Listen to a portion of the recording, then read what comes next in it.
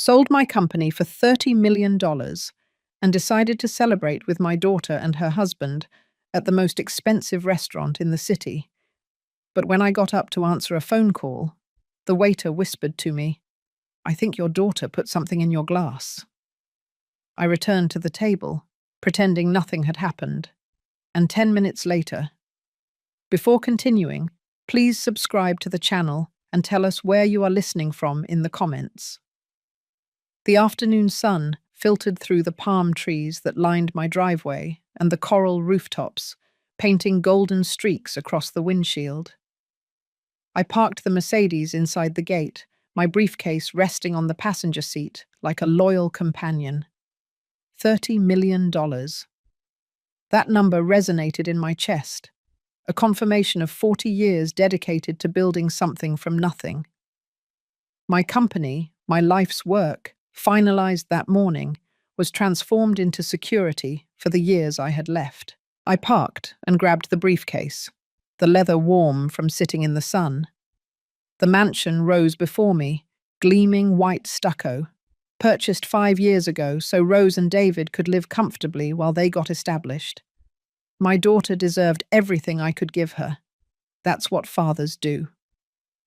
"Rose! David!" I called from the foyer, my voice echoing on the marble floor.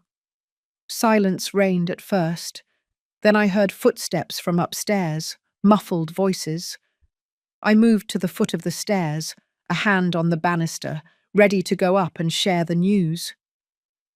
"It has to be tonight," David's voice carried, cutting through the silence with a sharp edge.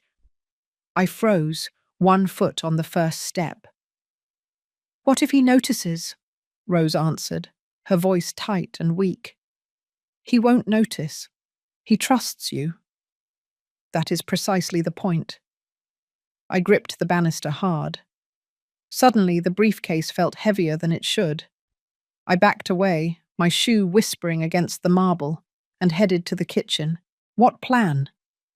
Why tonight? Questions circled me like vultures, but I suppressed them, forcing my breathing to calm down. I brewed coffee, my hands performing familiar motions while my mind spun. The espresso machine hissed and gurgled. I touched the phone 3 times, my fingers hovering over my lawyer's contact, but I didn't press the call button. Not yet. Maybe I misunderstood. Maybe paranoia comes with sudden wealth. Everyone warned me about that. 20 minutes dragged by before footsteps sounded coming down the stairs. I put a smile on my face and turned to greet them. Rose appeared first, David's hand resting on her lower back, a gesture of possession. My daughter was wearing too much makeup for a quiet afternoon at home.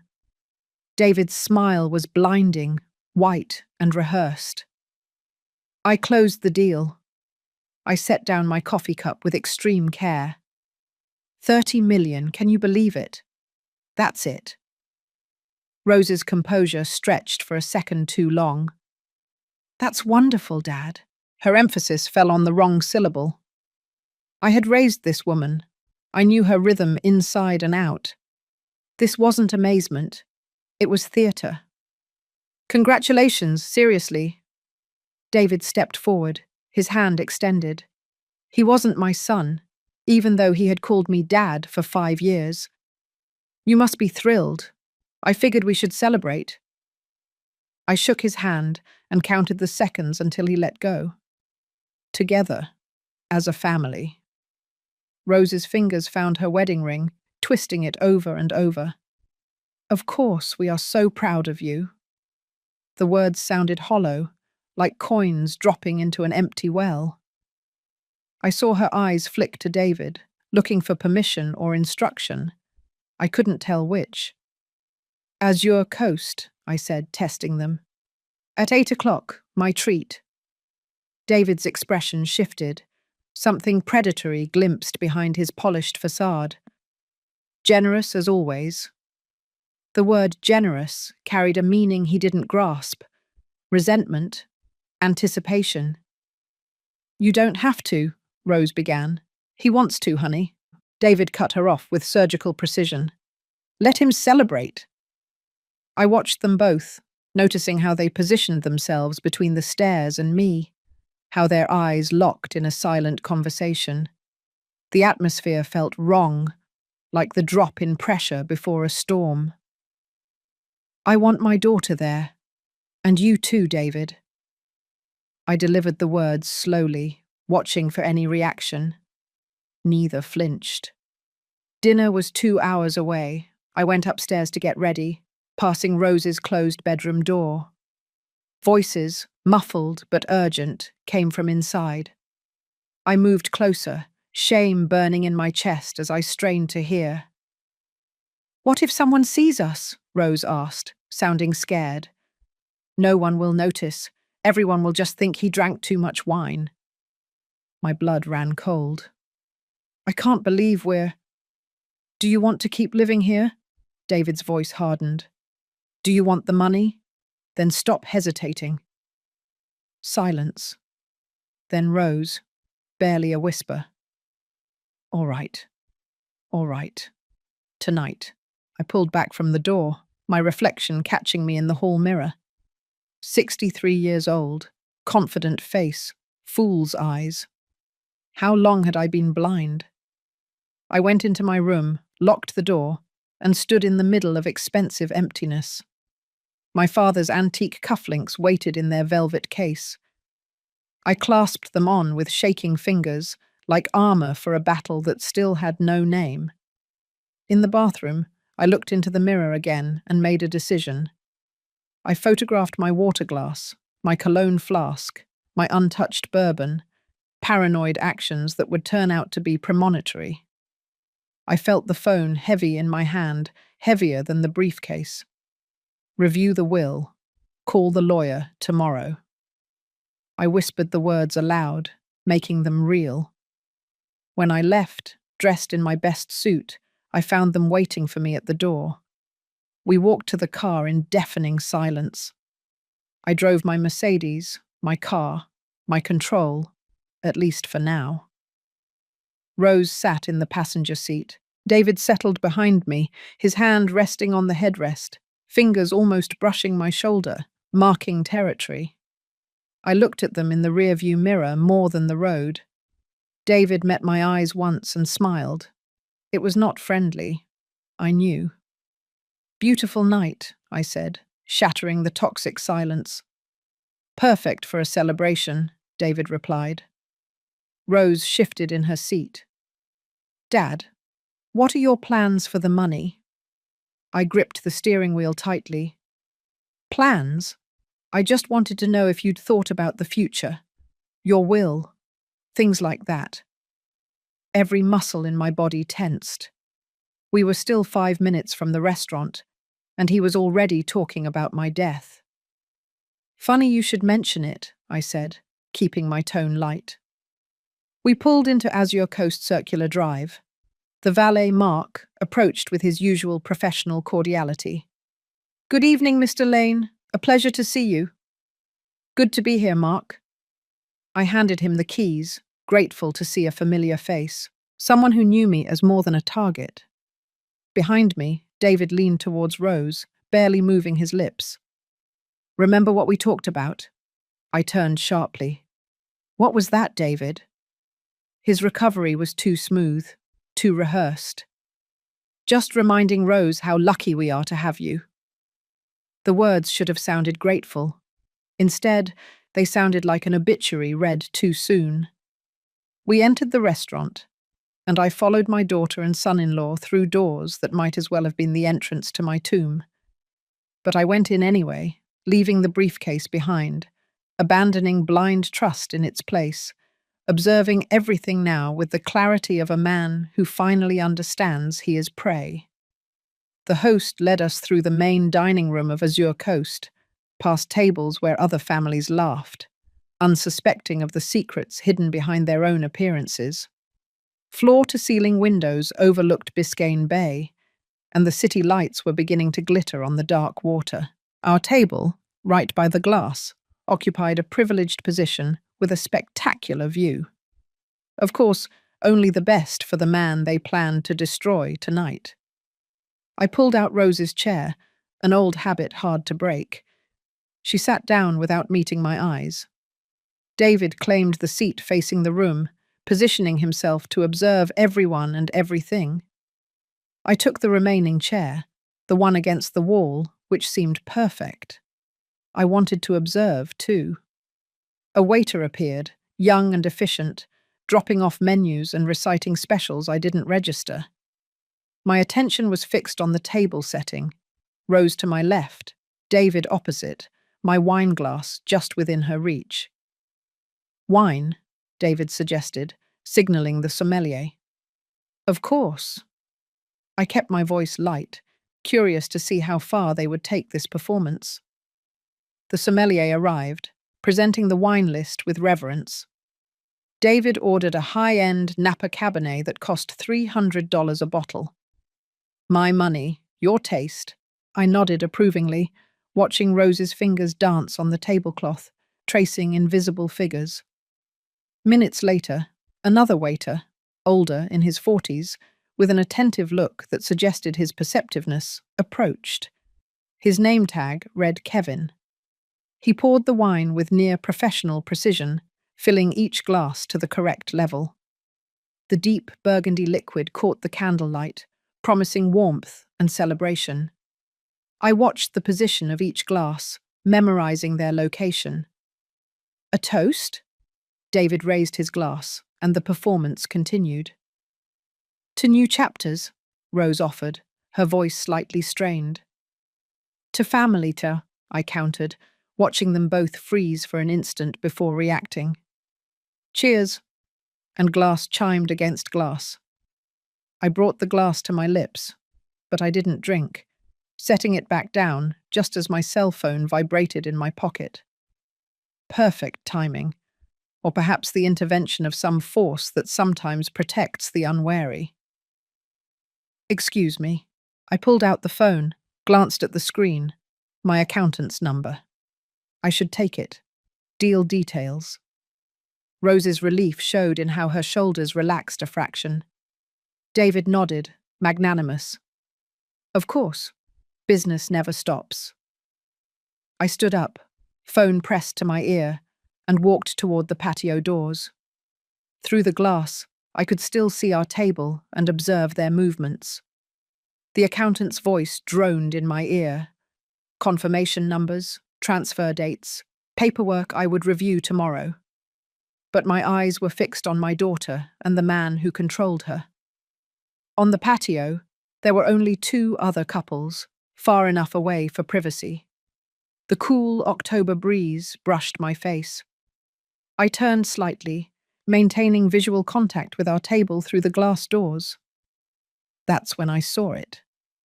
Rose leaned forward, her hand moving toward my wine glass. David's posture changed. He straightened, lifted his hand toward Kevin, who was passing by, summoning him to ask for bread, water, or some other invented necessity. A distraction tactic. Kevin changed course, following David's signal, but Kevin's position allowed him to see the table. I saw him lower his gaze. I saw his expression shift from professional courtesy to alarm. Rose quickly withdrew her hand. Something moved between her fingers, so fast, with such practice. The wine glass remained innocent where I had left it. But even from the patio, I could see the liquid had changed. Darker, denser. My accountant asked me a question. I gave an automatic answer. While my world reorganized itself around confirmed betrayal, Kevin finished with David, walked away, but his eyes returned to my glass again and again. His movements became unsure, his professional facade cracking. I watched him debate his obligation to the customers versus his conscience. After 3 minutes that felt like hours, conscience won. I hung up just as Kevin approached the patio door. He pushed his way out, looking for me, and found me by the railing. Mr. Lane? His voice was laced with nervousness, a slight break in the composure typical of the service industry. Kevin?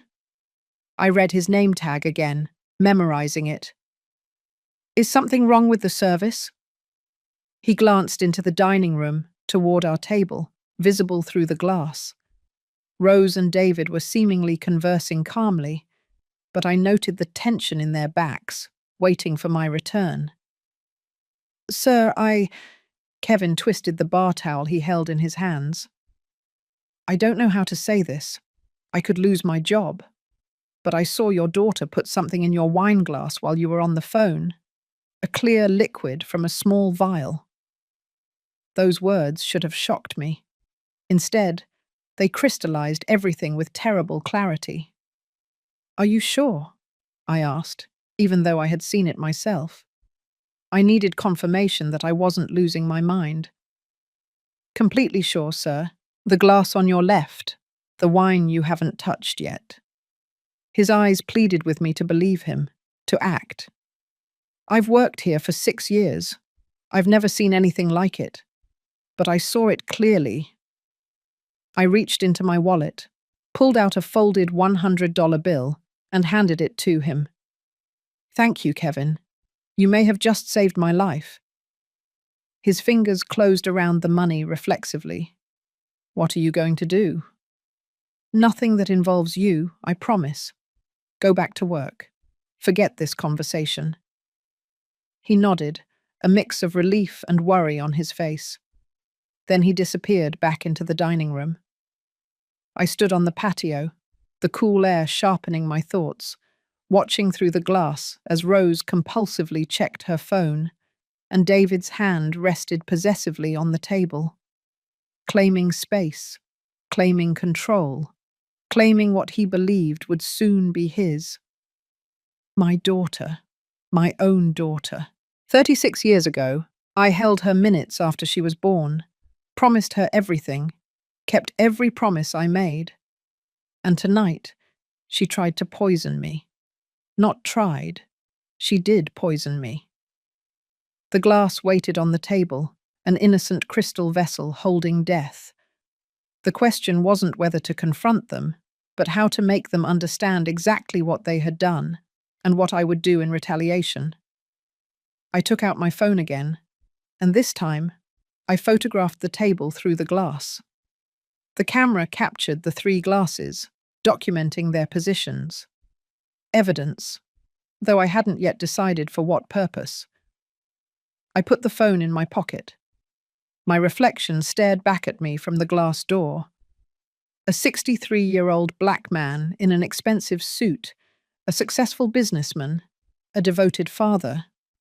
That man died tonight. The person who returned to the restaurant would be something colder, harder, capable of surviving in territory I never imagined traveling. I pushed open the doors. The dining room's buzz flooded the air again. Conversations, laughter, the clinking of silverware, the everyday sounds of people who believe their families love them. 20 feet separated me from our table, from my daughter, from my poisoned wine. Every step calculated, measuring, preparing. When I reached my chair, my face reflected only a mild apology for the long call. I sat down, picked up the menu, and smiled at both of them, like a man who hadn't just witnessed his own attempted murder. "Sorry." I put down the menu, touched the wine glass lightly, a brush of fingers against the stem, a simple gesture to acknowledge its presence. "The issues with the deal are all sorted out." Rose sighed with relief. David's smile widened. "Have we ordered anything?" I asked. "I'm starving." And yes, not starving for food, but for justice, for vengeance, for seeing them drink the poison they had prepared for me. I placed the napkin on my lap with an almost rehearsed ease. Business never rests.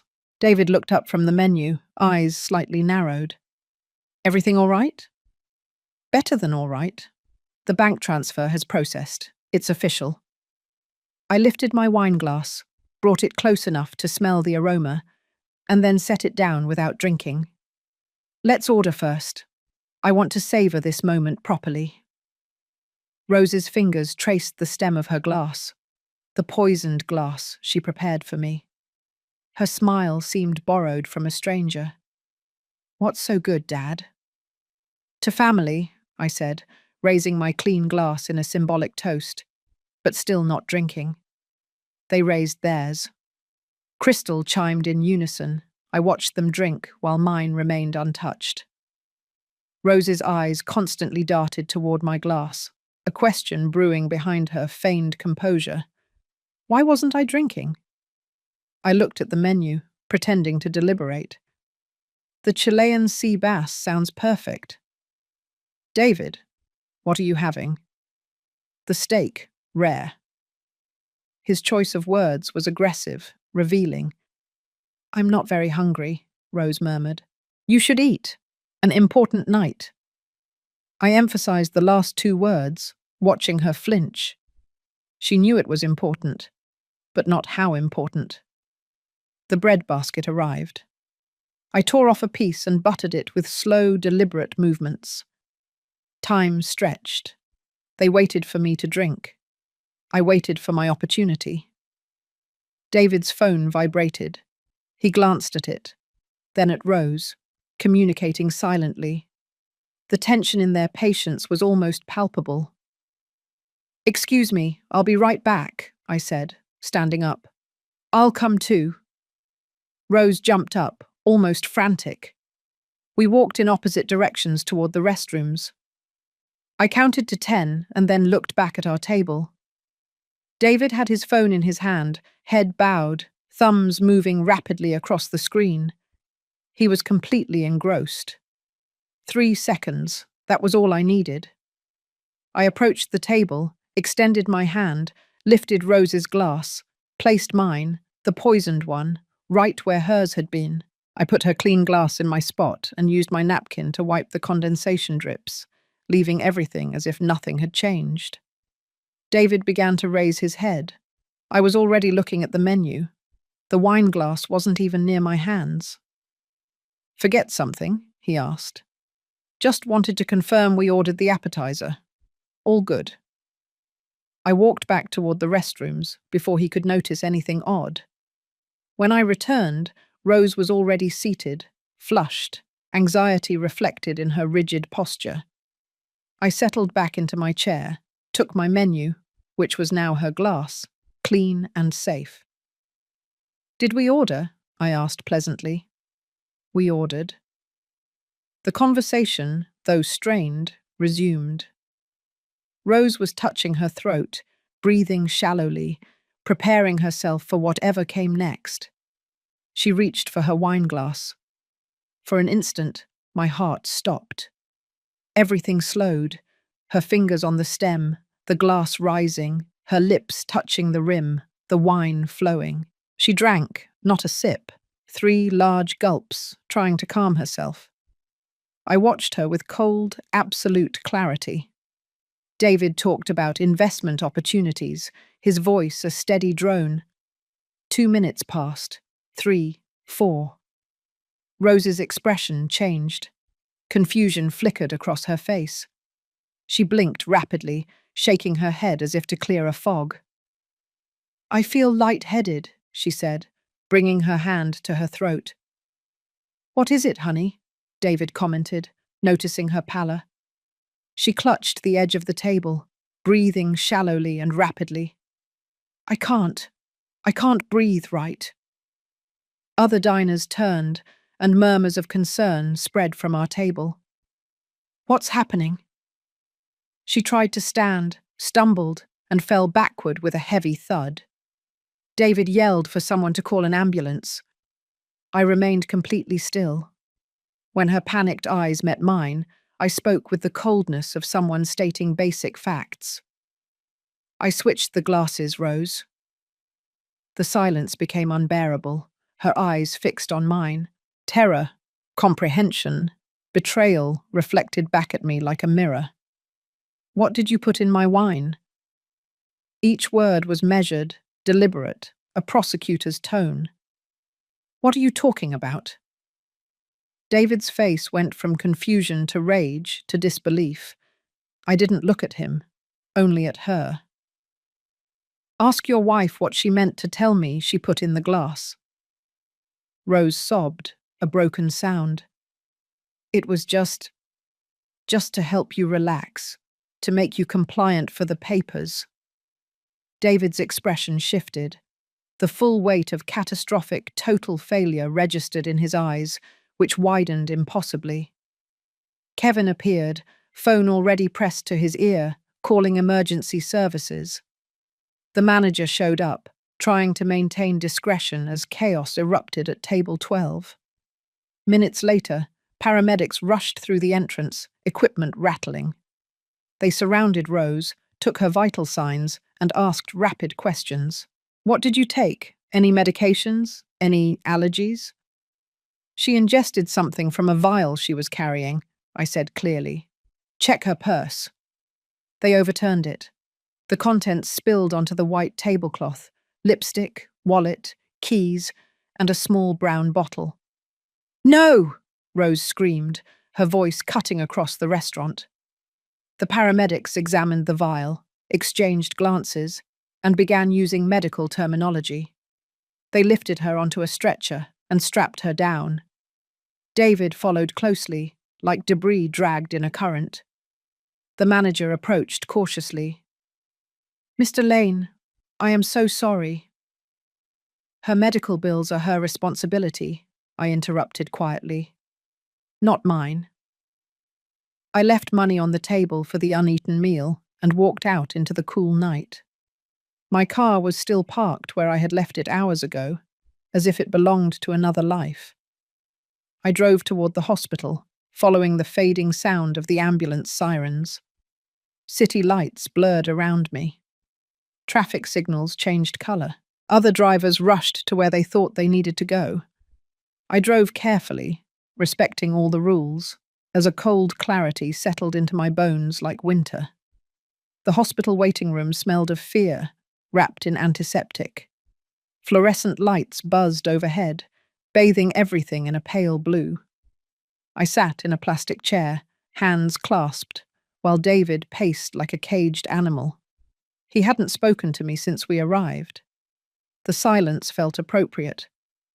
Around 2 o'clock in the morning, a doctor appeared, young, tired, competent-looking. Family of Rose Torres? We both stood up. She's stable, the doctor said, consulting a tablet. Diazepam intoxication, a considerable amount. We administered flumazenil and started an IV drip. She'll make a full recovery, but we'll keep her for observation until tomorrow afternoon. Can we see her? David's voice cracked. Briefly. She's sedated and likely won't remember the visit. The doctor's gaze shifted to me. The substance came from a prescription vial. We'll have to report this. Of course, I said calmly. Do what's necessary. We followed him through double doors, down corridors that all looked identical. Rose lay in a bed surrounded by monitors, an IV in her arm. Her face looked younger, stripped of makeup and artifice. My daughter, the child I held minutes after birth, the woman who tried to drug me into signing away my divorce. David moved close to her bed and took her hand. I remained by the door, an observer, not a participant. After 5 minutes, I left. I found my car in the parking garage and drove home through deserted streets while the city slept. The mansion looked different as I entered. Same furniture, same artwork, different meaning. I walked through rooms that now felt like enemy territory, pausing outside Rose's closed bedroom door. Beyond it, the bed where she had conspired with David, the space where they had rehearsed my demise. I continued to my study, locked the door, and stood by the window, watching the darkness slowly fade from the sky.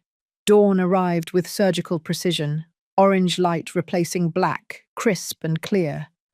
Sleep seemed irrelevant.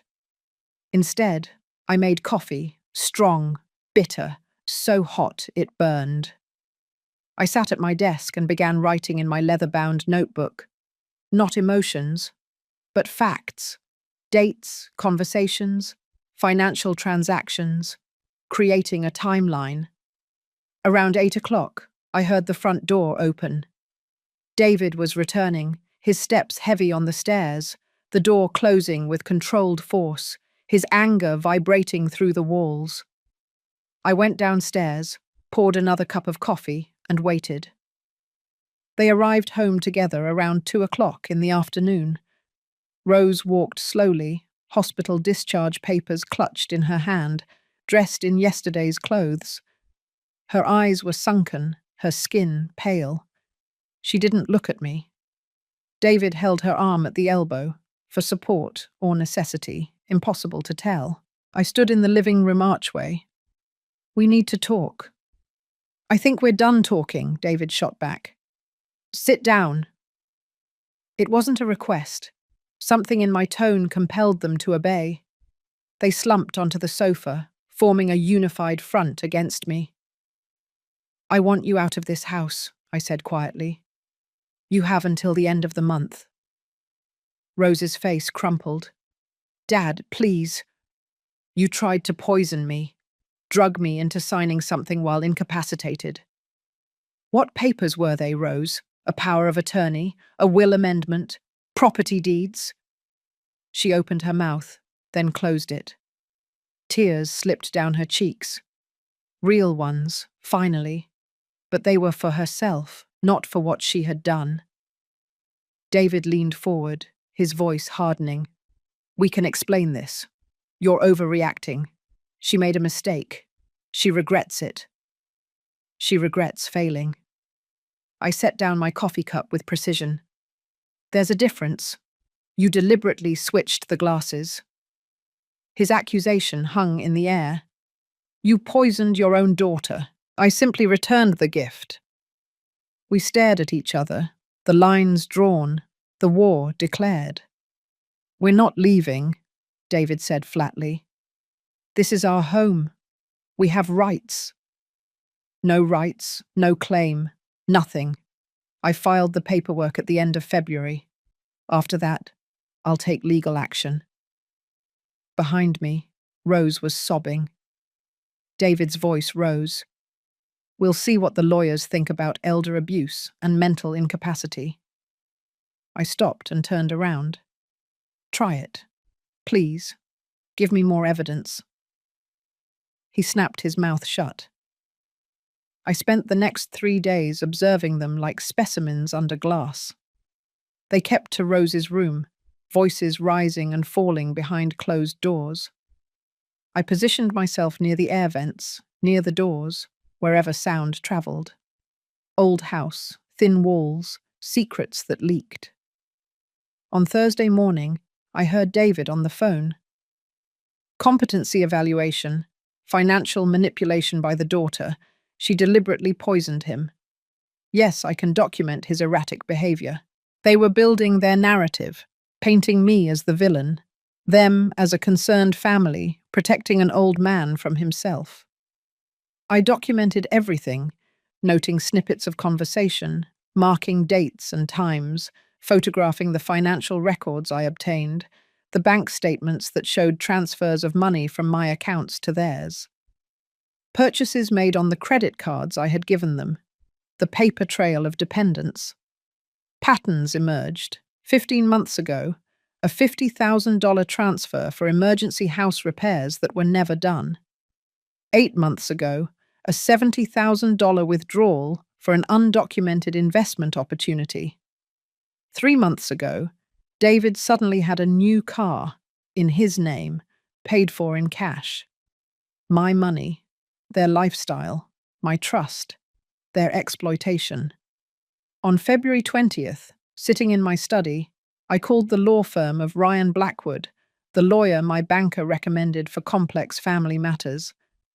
The receptionist's voice was efficient and professional. "I need a consultation regarding potential fraud, financial elder exploitation, and attempted—" I paused, choosing my words.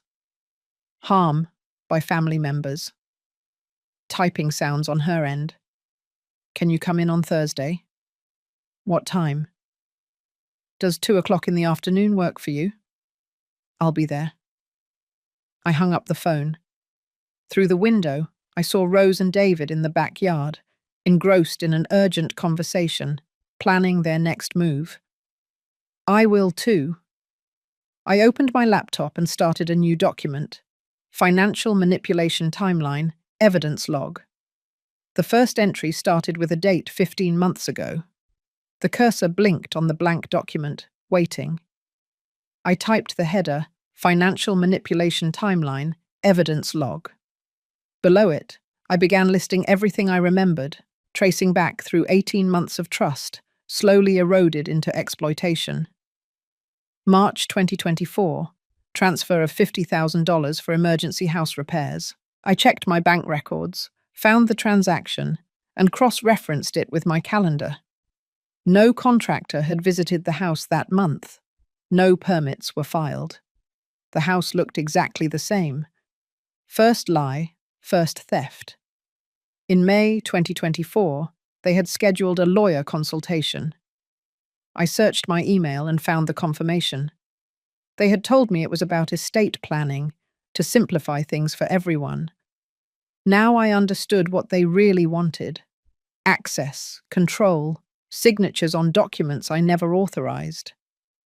The list grew, each entry a small wound that had seemed insignificant at the time.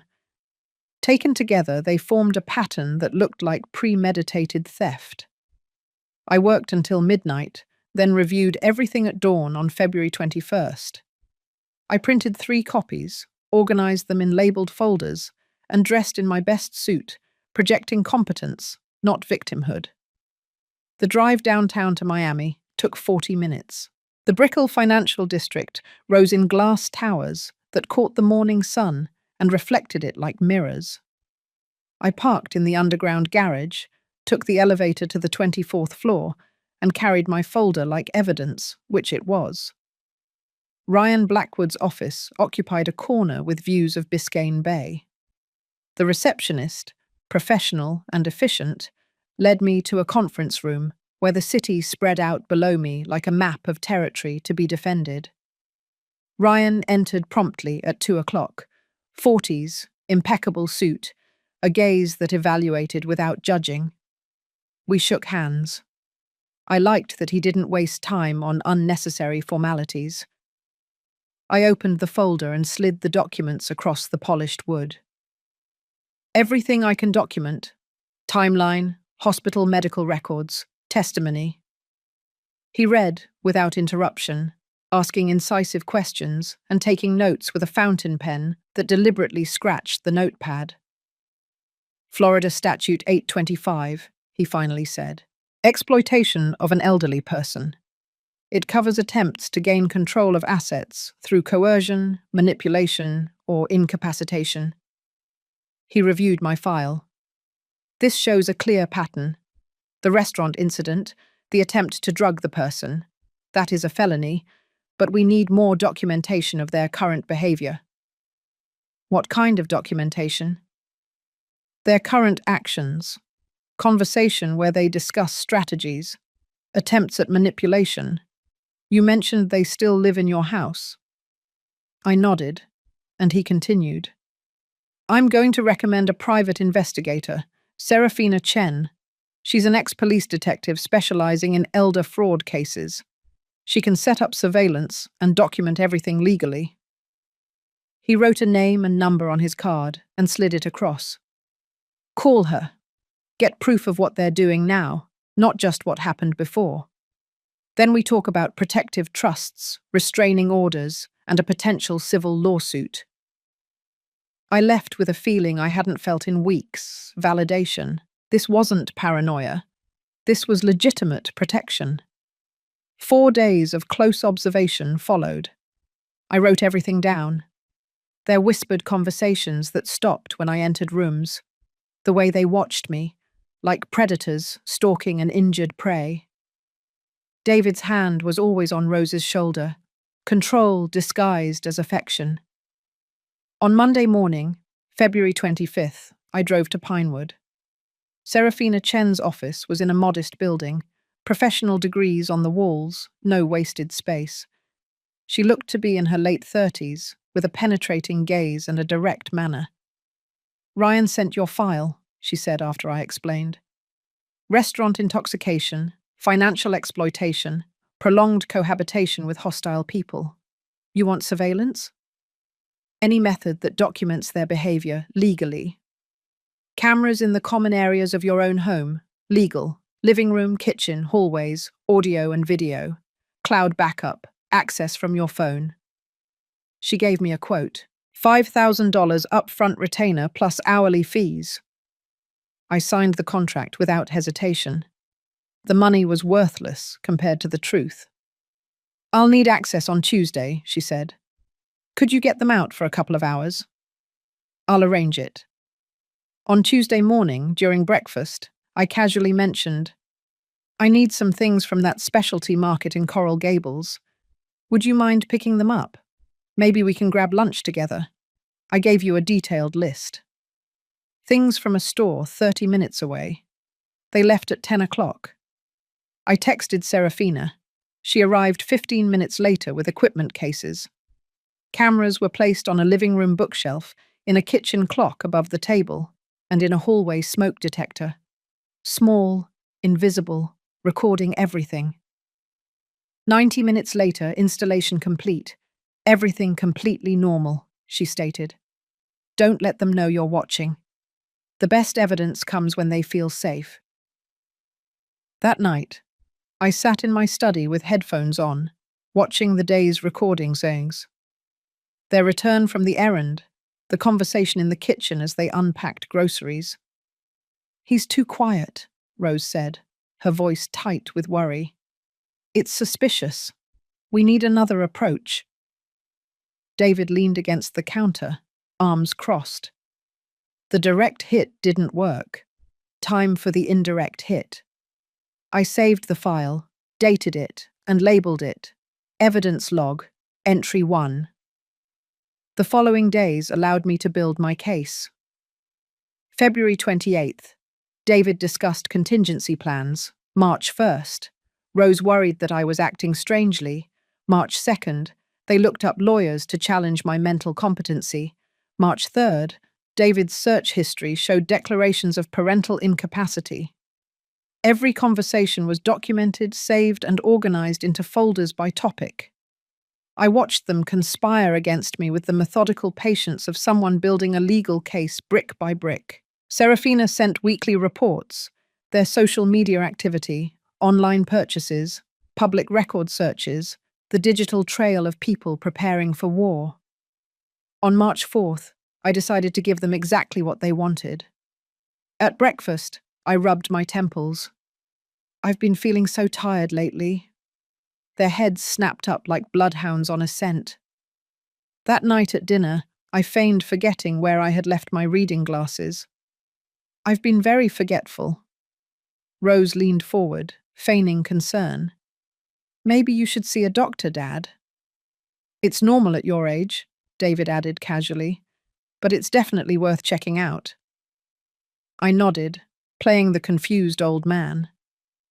Later, reviewing the recording, I saw them celebrate my confession as if it were a gift. On the night of March 18th, after 3 weeks of evidence, dozens of conversations, and hundreds of hours of recording, I opened my phone and found Ryan Blackwood's number. Tomorrow, we would build a strategy. It was time to move from documentation to action. The articles appeared on March 5th. I found them scattered on the kitchen counter that morning, printed pages about cognitive decline, the early symptoms of dementia, and the importance of medical evaluation for seniors. Rose was by the coffee maker, watching my reaction. I found this online. I thought it might be helpful to understand what's been happening with you. I picked up the first article and skimmed it with appropriate confusion. I suppose reading wouldn't hurt. Knowledge is power, David added from the doorway. His smile didn't reach his eyes. I took the articles to my study, photographed each page, and filed them as evidence. Psychological manipulation, documented. They were constructing a narrative, the confused old man who needed intervention, who couldn't be trusted to handle his own affairs. Over the next 3 days, More articles appeared. Residences for people with dementia, the importance of power of attorney, financial management for those experiencing cognitive difficulties. Each one was carefully placed where I would find it. Each one was photographed and filed. On March 8th, the surveillance cameras caught them in the living room, believing they were alone. "We need an expert opinion," David said. "Someone who can evaluate him professionally."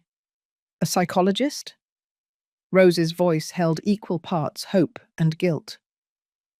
"I know someone, Marcus Reynolds, a clinical psychologist specializing in elderly cognition. We set up a casual lunch. I introduce them. Marcus makes observations. Will he do it ethically? Will he be objective? If your father shows symptoms, Marcus documents them.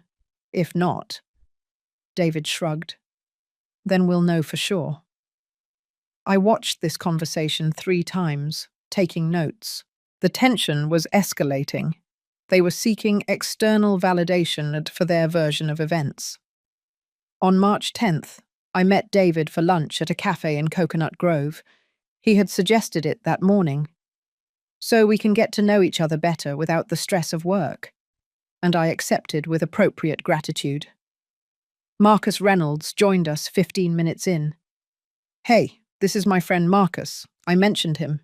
The psychologist." We shook hands.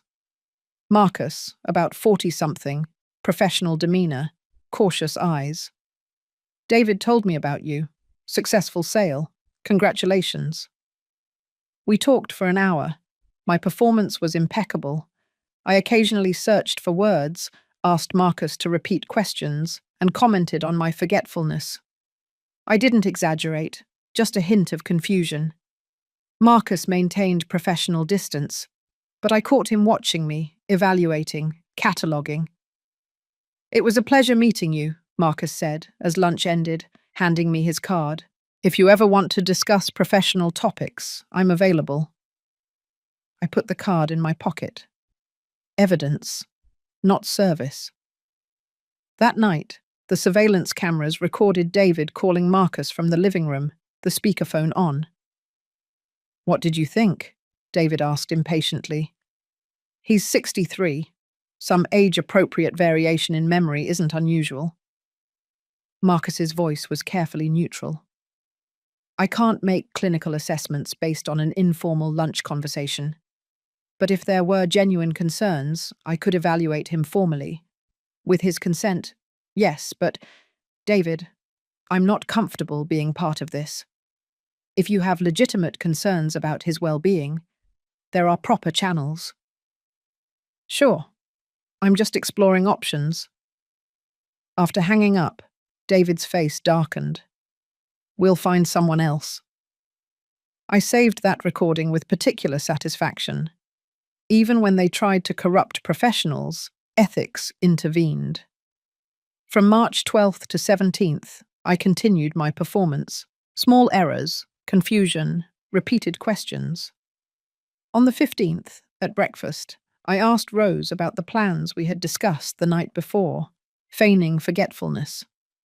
Her eyes lit up with excitement, barely concealed. The surveillance cameras recorded everything. Their conversations about my decline. David researching commitment procedures. Rose worrying that things were moving too slowly. On March 18th, I adjusted my strategy. At dinner, I casually commented that I had been thinking about updating my will. David suggested it given the business sale. I want to make sure everything is in order. A dead silence fell. Then Rose, trying to sound nonchalant. "That's responsible, Dad. When are you meeting with him? He'll be preparing the documents soon, making sure you're well taken care of." I left the words hanging in the air, bait in a trap. After dinner, I retreated to my study. The surveillance cameras recorded them in the kitchen. They spoke in low voices, but the microphone caught everything. "He mentioned the will," Rose said, barely containing her hope. "That doesn't mean he's changing it in our favor." David's voice held a warning. "It could be the opposite. But if he really is confused, if we document that he's not competent when making changes, then we challenge them later. Either way, we need more evidence of his decline.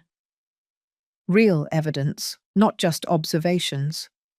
They talked for 40 minutes, planning how to document my supposed incompetence, video, everything, record strange behavior, build a case for incapacity that would invalidate any legal change against their interests. I watched them celebrate their cleverness, pouring wine and toasting to progress. They thought they were winning. I closed the laptop, opened my phone, and searched for Ryan Blackwood's number. 3 weeks of recordings, conversations, plans, attempts at manipulation, psychological warfare, all captured with perfect digital clarity. Tomorrow, we would discuss how weeks of evidence could be turned into a legal strategy, how surveillance could be a tool for pressure, how their own words could destroy them. I had documented their plan with the same methodical patience they had used on mine, only I had done it better, with more detail, with more strategy. It was time to move to the next phase. It was time to show them what happened when they underestimated a man who built an empire from scratch, who understood that true power lay in preparation, documentation, and knowing exactly when to strike. I texted Ryan. "I have new, compelling evidence. Need an urgent meeting." He responded in minutes. "Friday at 10 o'clock in the morning, bring everything." I hung up the phone. Through the study window, the moonlight painted the lawn silver. In the house around me, they slept soundly, believing they were the architects of my ruin. They had no idea they were building their own. The morning light streamed through the study windows. March 19th, at 8 o'clock, I picked up the phone and dialed Ryan Blackwood's direct number.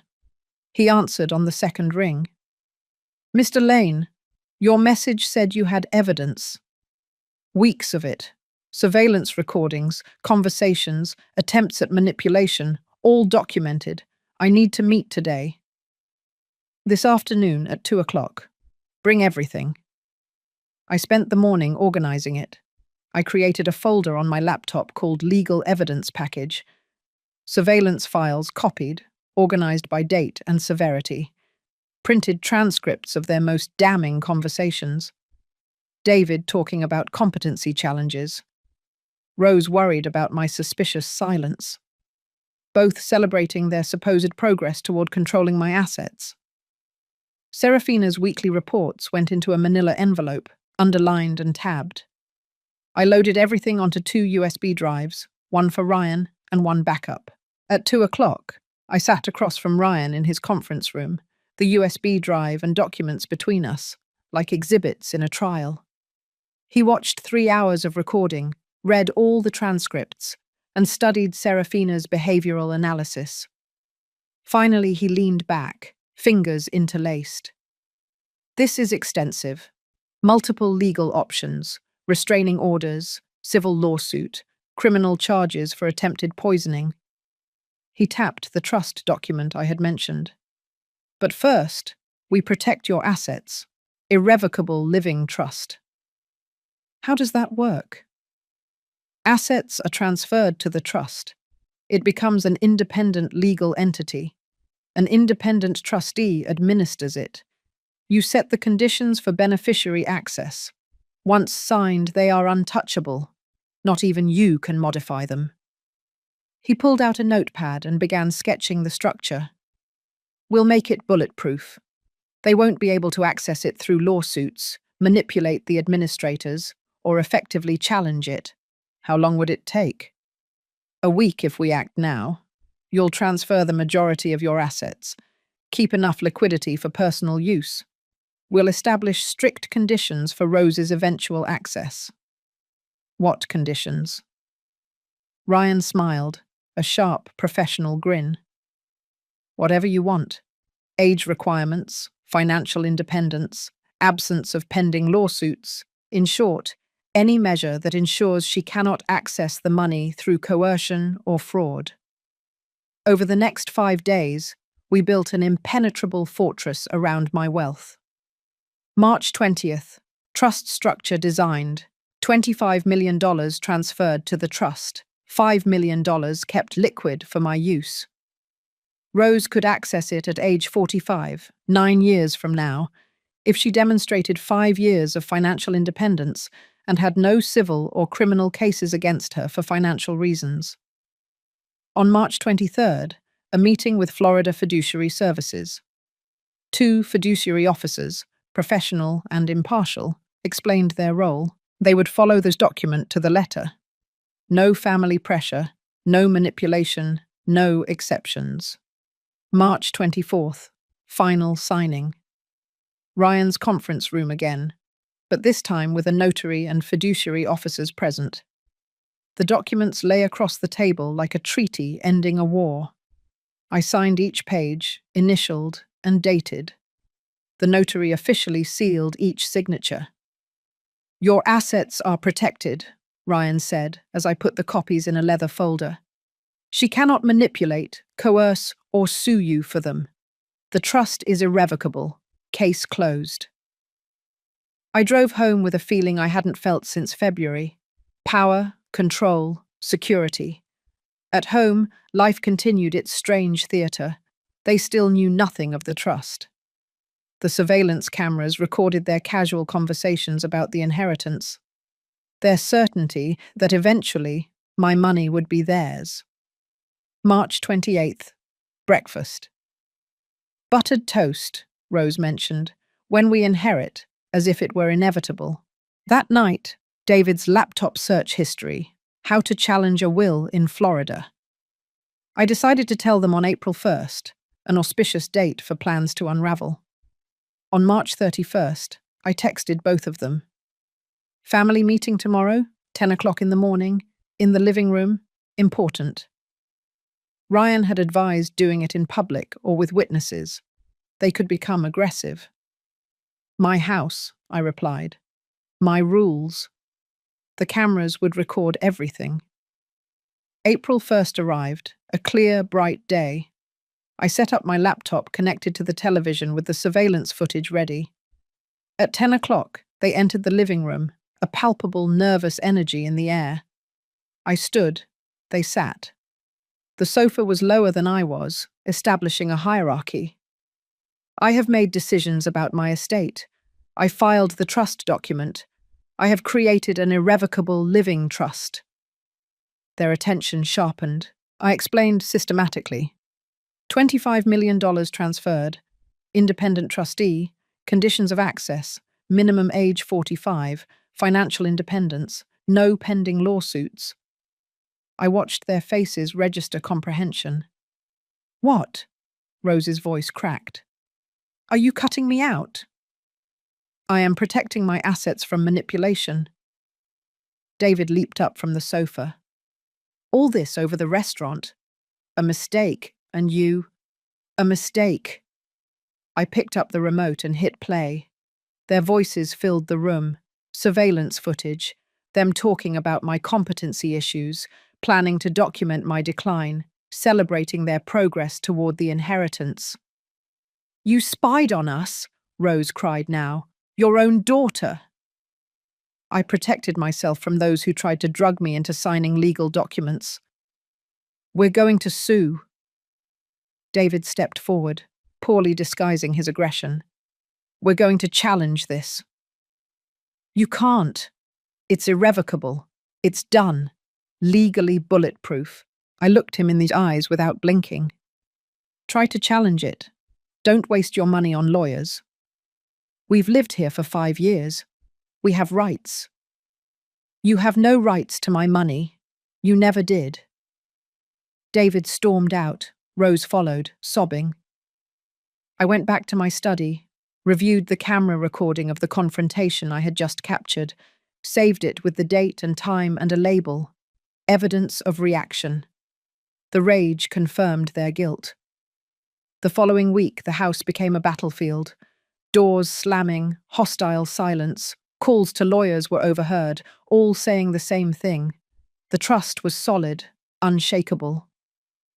On April 7th, Rose attempted reconciliation. She knocked on my study door. tears welling up. Dad, we can fix this. I'm your daughter. My daughter would never have tried to poison me. It was a mistake. Please leave my study. She left.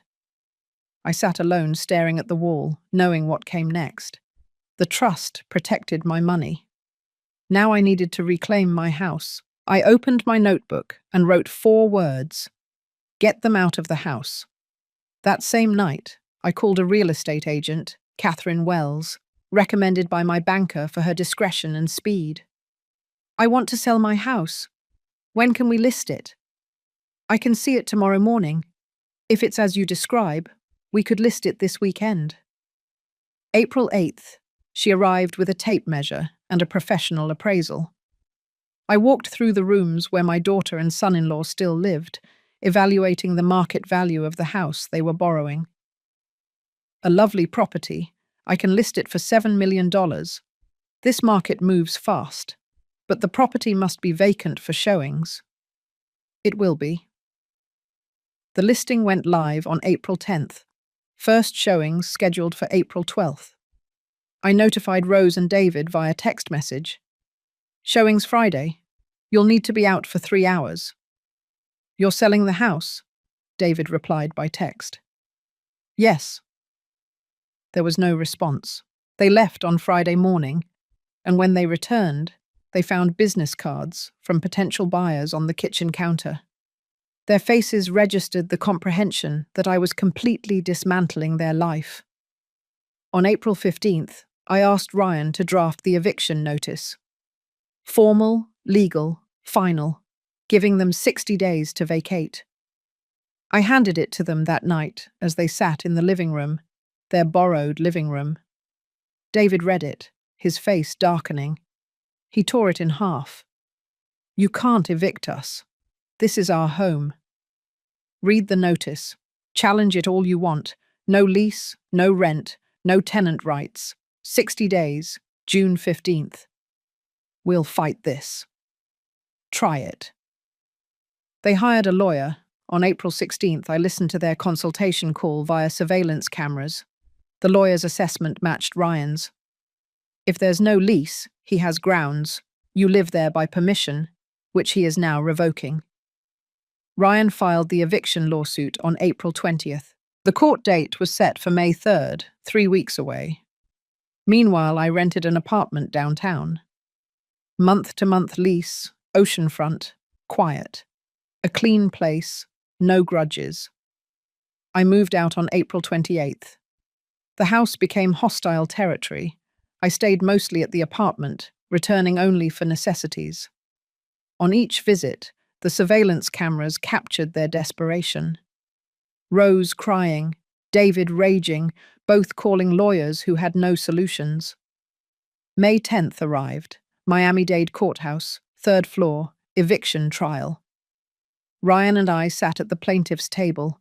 Across the aisle, Rose, David, and their lawyer, young and overmatched, aware he had no case. Judge Miller took the bench, a man in his 50s, serious-looking, experienced in seeing people try to evade consequences. Their lawyer stood. Your Honor, my clients have lived in this property for 5 years. Under what agreement? Judge Miller interrupted. His family. The plaintiff is Ms. Torres's father.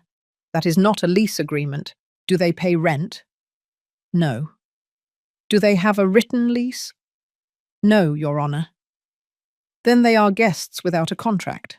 Mr. Lane has given appropriate 60-day notice. He looked at Ryan. Yes, Your Honor, served on April 15th. They have until June 15th to vacate. Judge Miller reviewed the documents. I see no legal impediment to this eviction. The plaintiff is the owner of the property. The defendants have no lease or rental agreement. Notice was proper. He looked at Rose and David. You have until June 15th. After that date, law enforcement can intervene. Motion granted. The gavel cracked. Final decision. In the hallway, David confronted me, his voice low and menacing. You'll regret this. You're destroying your own family. I am removing those who poisoned me. We'll make you pay. With what money?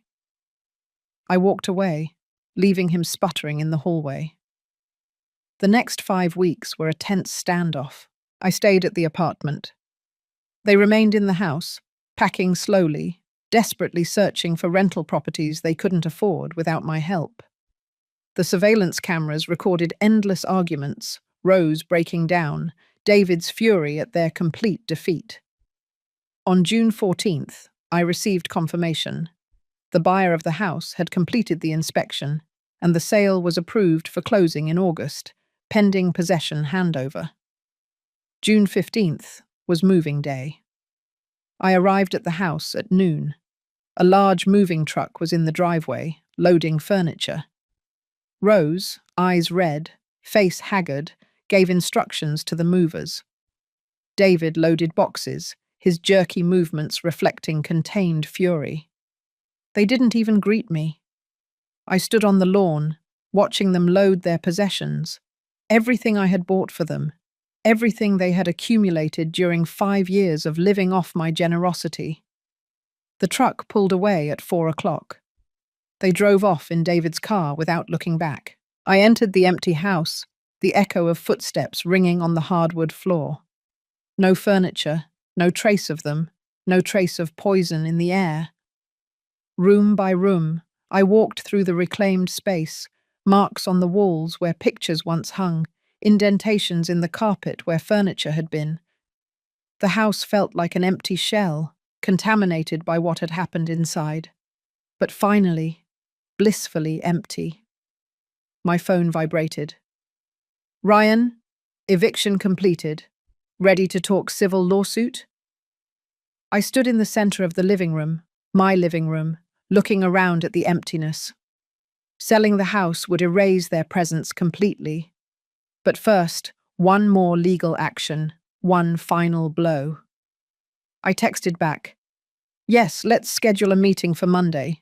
It's time for this to be definitive." I wrote my reply to Ryan, "Yes, let's schedule the meeting for Monday." It was time for this to be permanently on the record. The empty living room surrounded me, no furniture, just the hardwood floor and the echo. I sat down, my back against the wall, laptop resting on my knees, and opened the evidence folders one last time. Months of documentation, surveillance recordings ordered by date, hospital medical records, Kevin's statement, Serafina's reports. Every conversation, every attempt at manipulation, every proof that what happened to me was not paranoia, but premeditated exploitation. I created a final chronological document, printed everything, and organized it into a tabbed, expanding folder. Each item told part of the story. Taken together, they were undeniable. On Monday morning, June 16th, I met Ryan in his office. He spread the evidence across the conference table as if it were an indictment. Civil lawsuit under Florida Statute 825.103, Ryan said, taking notes. Elder exploitation, financial manipulation, attempted battery by drugging, coercion, aggravated emotional distress, fraud, conspiracy, seeking $500,000 in damages plus costs. This isn't about money, I said. I know. It's about public record, documenting what they did. He looked up from his notes. You want consequences? Exactly. We filed the complaint on June 17th. Rose and David received the court notification in their new apartment, a small 2-bedroom unit in a neighborhood far removed from the luxury of Coral Gables. The process server reported they had barely unpacked. Their lawyer contacted Ryan a few days later, his voice tight on the speakerphone. My clients can't afford this. They're already ruined. They should have considered that before attempting to drug and defraud their benefactor, Ryan replied coldly. Discovery began. Ryan requested their financial records. Bank statements revealed the truth. No savings, living paycheck to paycheck on credit cards, drowning in debt created by their life expectations. On June 28th, The settlement offer arrived. I met Ryan in his office to review it. $50,000 payment plan, private admission of guilt, no trial. It's reasonable, Ryan said cautiously. They clearly can't pay the full judgment, but the settlement would be confidential, no public record. I slid the papers back across his desk. No, I want this to be public. I want it on the court records forever. Trial is risky. The judge could award less compensation. I don't care about the money. I care about the record. I looked him in the eyes. They tried to destroy me. I want official record that they were wrong and I was right. Ryan nodded slowly. Then we go to trial. July became the month of preparation. Kevin confirmed he would testify. The hospital doctor provided an expert affidavit. Serafina prepared the surveillance evidence for court presentation. I gave a deposition, hours of questions answered under oath, laying the factual foundation. July 25th, preliminary hearing. The judge set the trial date for July 28th. That Monday morning dawned clear and hot. I dressed in my best suit and arrived early at the Miami-Dade County Courthouse. Judge Catherine Morrison presided. She was in her 50s, known for her impartiality and strong ruling spells. Ryan had recommended a bench trial instead of a jury trial. Judges understand elder law better than average citizens, he explained. Opening statements. Ryan presented the timeline and evidence summary with meticulous precision. Their lawyer, young and out of his depth, argued that a family misunderstanding had been exaggerated. Kevin testified first. He described the restaurant incident with full conviction. I saw Ms. Torres pour something from a small vial into Mr. Lane's wine glass while he was away from the table. Clear liquid, deliberate action. Their lawyer attempted cross-examination. Could you have been mistaken? No, I know what I saw. I couldn't keep quiet. The hospital doctor explained the diazepam analysis results, dosage, dangers. Serafina presented the surveillance methodology, chain of custody, and authentication of the recordings. Day 2, July 29th, the surveillance video played on the courtroom screen. Their own voices filled the space, discussing competency issues, planning Marcus's consultation, and celebrating their supposed progress toward the inheritance. David said, "He's 63, not lucid anymore." Rose's voice said, "We deserve this money." I watched Judge Morrison take notes, her expression serious and focused. Rose testified, crying. She admitted to the restaurant incident, but claimed she only wanted him to listen to her about important papers. David testified, defensive and hostile. He blamed me for overreacting to a family conflict. Then it was my turn. The witness stand felt solemn, formal, everyone watching me. I stated my name, my age, and my relationship to the defendants. I answered Ryan's questions calmly and precisely. Restaurant, surveillance, trust creation, eviction. I presented the evidence one by one. Cross-examination became aggressive. "Aren't you being vengeful, Mr. Lane?" "I'm seeking accountability. There's a difference." Judge Morrison asked her own question. Why pursue a civil suit after fiduciary protection and eviction? I looked straight at her. Because what they did was wrong. It needs to be on public record. For my protection, as a precedent, for the truth. July 30th. Closing arguments. Ryan. This is a textbook case of elder exploitation, attempted battery by drugging, financial manipulation, psychological coercion. The evidence is overwhelming. Their lawyer. Family conflict and poor judgment, yes, but not criminal exploitation. Judge Morrison closed her notebook. I will issue the ruling in writing in 2 weeks. I left the courthouse in the late afternoon heat, with the satisfaction of having completed my task.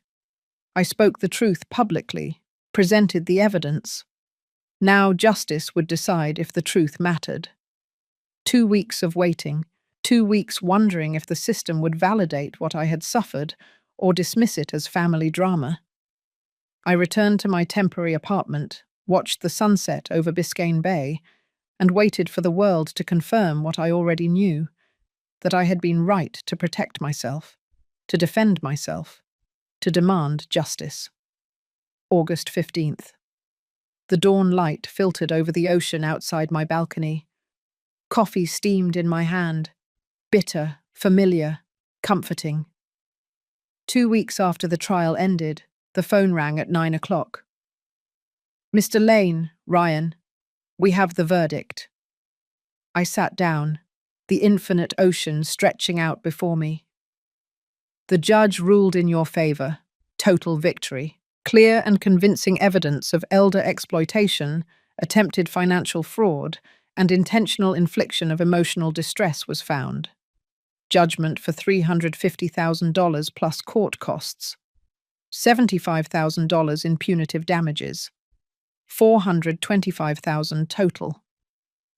The number seemed abstract. "There's more," Ryan continued. "Permanent restraining order. They are prohibited from contacting you directly or indirectly. No calls, no letters, no communications through third parties. Violation results in contempt charges. And the payment? They have nothing. Court-ordered payment plan. Garnishment of future wages until the debt is settled. Could take years. But the judgment is public record, searchable. Permanent documentation of what they attempted. That's what I wanted. Not the money.